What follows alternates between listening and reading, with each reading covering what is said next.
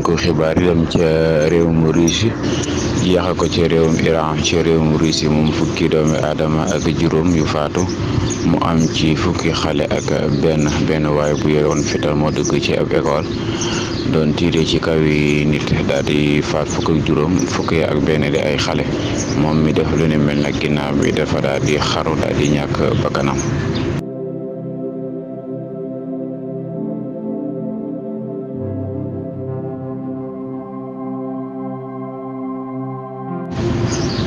ñu jeexale ko ci réewum Iran moom lu tolloo fukki fan ak ñaar a ngi ni ay doxu ñaxtu dafa am di metti lu soxna si nga xam ne mooy